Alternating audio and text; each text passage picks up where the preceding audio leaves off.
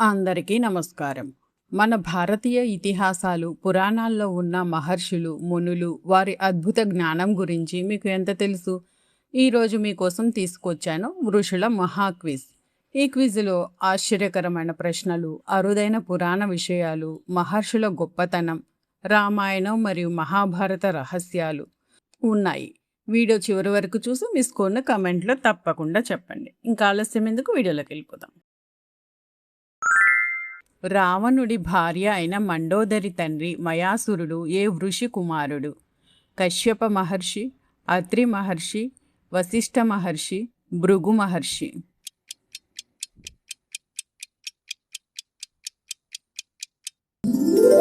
కశ్యప మహర్షి.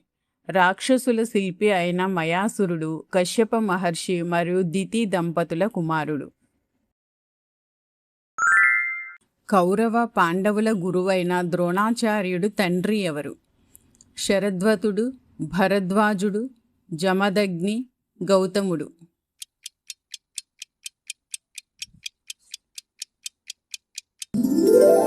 భరద్వాజుడు.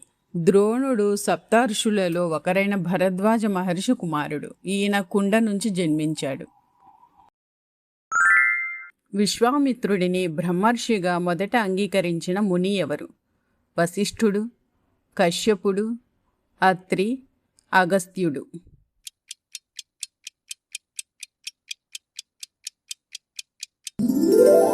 వశిష్ఠుడు. విశ్వామిత్రుని అహంకారం పూర్తిగా నశించిన తర్వాత అతని పరమశత్రువైన వశిష్ఠుడే ఆయన్ను బ్రహ్మర్షి అని పిలిచాడు. రామాయణములో లక్ష్మణుడి ప్రాణాలను రక్షించిన సంజీవని మూలిక రహస్యాన్ని రాముడికి చెప్పిన లంక రాజవైద్యుడు సుషేణుడు ఏ దేవ వైద్య అంశంతో జన్మించాడని చెబుతారు? బృహస్పతి, ధన్వంతరి, అశ్వనీ దేవతలు, చరక మహర్షి.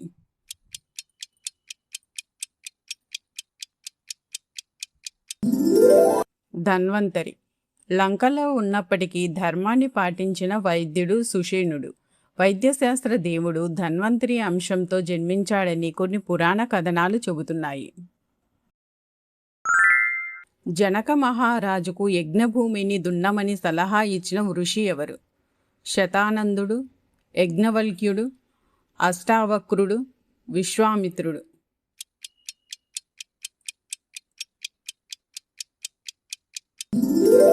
శతానందుడు. గౌతమ మహర్షి కుమారుడైన శతానందుడు జనకుడి కులగురువు. ఈయన సలహాతో భూమిని దున్నుతుండగా సీతాదేవి దొరికింది. సూర్యభగవానుడి నుండి నేరుగా శుక్ల యజుర్వేదాన్ని నేర్చుకున్నది ఎవరు?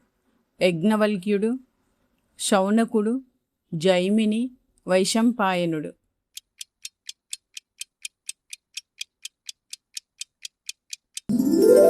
యజ్ఞవల్క్యుడు.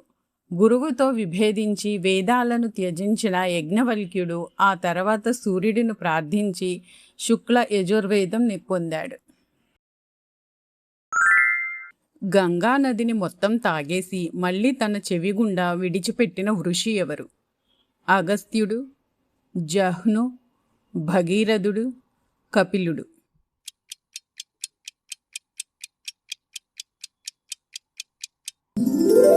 జహ్ను. గంగ తన ఆశ్రమాన్ని ముంచెత్తిందని జహ్ను ముని ఆమెను తాగేశాడు. ప్రార్థనల తర్వాత చెవి నుండి వదలటం వల్ల గంగకు జాహ్నవి అని పేరు వచ్చింది. త్రిశంకుడి కోసం అంతరిక్షములో కొత్త స్వర్గాన్ని సృష్టించిన ఋషి ఎవరు? వశిష్ఠుడు, విశ్వామిత్రుడు, మాతంగుడు, పరశురాముడు.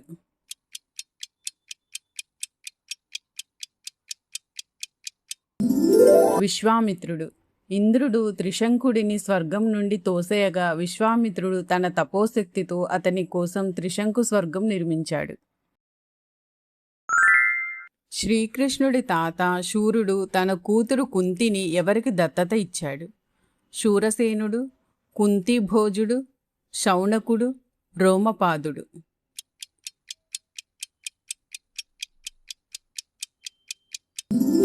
కుంతిభోజుడు. కుంతిభోజుడు రాజర్షి. సంతానము లేని అతనికి పృథను దత్తత ఇవ్వటం వల్ల ఆమె పేరు కుంతిగా మారింది. యముడి నుండి భర్త ప్రాణాలు తెచ్చుకున్న సావిత్రికి మంత్రోపదేశం చేసింది ఎవరు? నారదుడు, మార్కండేయుడు, దౌమ్యుడు, లోమశుడు.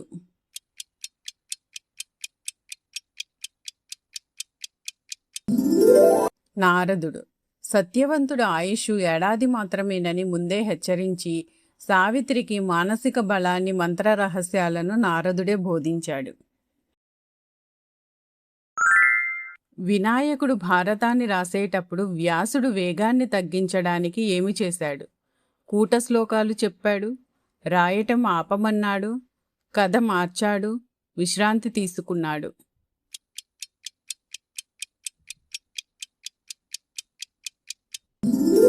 కూట శ్లోకాలు చెప్పాడు. వినాయకుడి కలం ఆగకుండా రాయాలనే నియమం ఉంది. వ్యాసుడు ఆలోచించుకోవడానికి మధ్య మధ్యలో కఠినమైన శ్లోకాలు చెప్పేవాడు. పరశురాముడు ఏ గొప్ప ఋషి వంశానికి చెందినవాడు? భరద్వాజ, భృగు, అంగీరస, కశ్యప.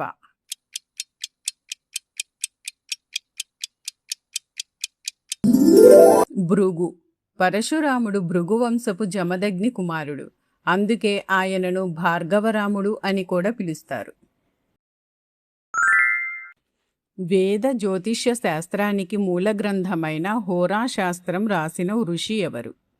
పరాశరుడు, వరాహమిహిరుడు, ఆర్యభట్ట, భాస్కరాచార్య.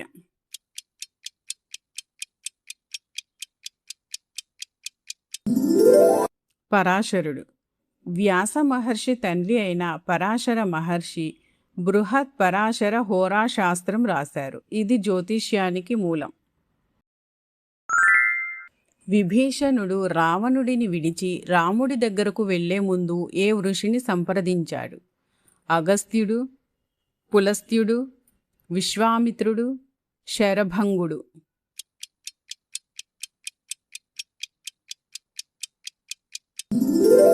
పులస్త్యుడు.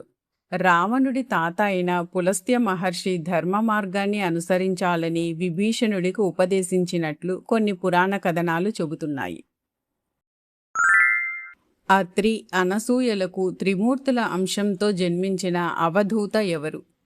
దత్తాత్రేయుడు, దుర్వాసుడు, చంద్రుడు, నారదుడు.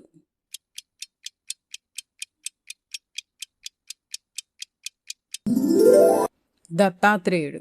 అనసూయ పాతివ్రత్యానికి మెచ్చి బ్రహ్మ, విష్ణు, మహేశ్వరులు ముగ్గురూ కలిసి దత్తాత్రేయుడుగా ఆమెకు జన్మించారు. భార్యలను తాకితే మరణిస్తావని పాండురాజుకు శాపం ఇచ్చిన ముని ఎవరు? కిందముడు, మాండవ్యుడు, మైత్రేయుడు, శృంగి.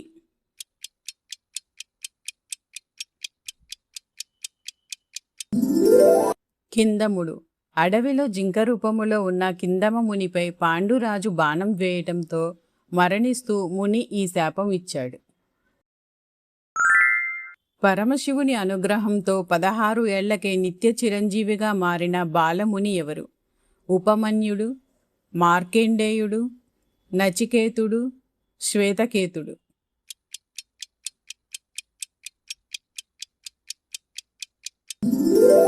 మార్కండేయుడు. యముడు ప్రాణాలు తీయడానికి వచ్చినప్పుడు మార్కండేయుడు శివలింగాన్ని పట్టుకున్నాడు. శివుడు ప్రత్యక్షమై యముడిని నిలువరించి మార్కండేయుడిని చిరంజీవిని చేశాడు. ఏ ఋషి కోపాగ్నికి సగరుని 60,000 మంది కుమారులు బూడిదయ్యారు?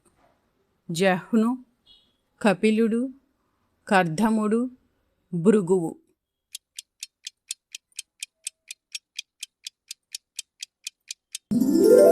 కపిలుడు. ఇంద్రుడు దాచిన గుర్రాన్ని కపిలముని ఆశ్రమములో చూసి ఆయనే దొంగ అనుకొని నిందించినందుకు ముని కోపాగ్నికి వారు భస్మమయ్యారు. అరణ్యవాసములో ఉన్న ధర్మరాజుకు నలదమయంతుల కథ చెప్పి ఓదార్చిన ముని ఎవరు? బృహద్వశ్యుడు, లోమశుడు, నారదుడు, దౌమ్యుడు.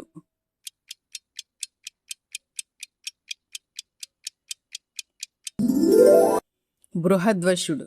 బాధలో ఉన్న ధర్మరాజుకు బృహద్వశుడు నలమహారాజు కష్టాల కథ చెప్పి ఓదార్చడమే కాకుండా జూదములో గెలిచే అక్షహృదయ విద్యను నేర్పాడు. శరీరములో 8 వంకరులు ఉన్న జనకుడి సభలో వేదాంతాన్ని బోధించిన ఋషి ఎవరు? శుక మహర్షి, అష్టావక్రుడు, కహోలుడు, మత్స్యేంద్రనాథ్.